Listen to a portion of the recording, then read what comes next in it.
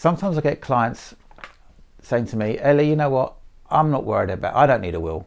Okay, I'm going to gift my house to my children, or I'm going to sign it over to my kids so that I don't have to pay inheritance tax.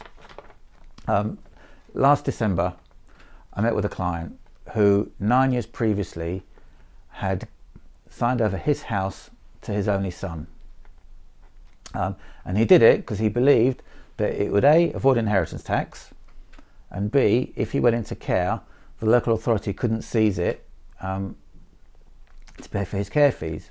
He's actually wrong on both counts. In terms of inheritance tax, HMRC have a rule called gift reservation of benefit. What that means is that if you make a gift to somebody, it has to be a gift. Right? You can't maintain or enjoy a benefit. So by signing over his house to his son and still living there, HMRC would have still calculated the value of that house as part of his estate for inheritance tax, and he would still pay inheritance tax on it. And when it's sold, his son would have actually had to pay capital gains tax on it. So it's actually a double whammy.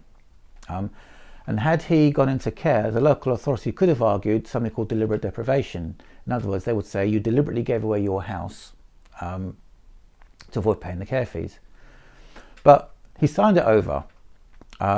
3 years after signing over to his son got married, then went on to have a couple of children.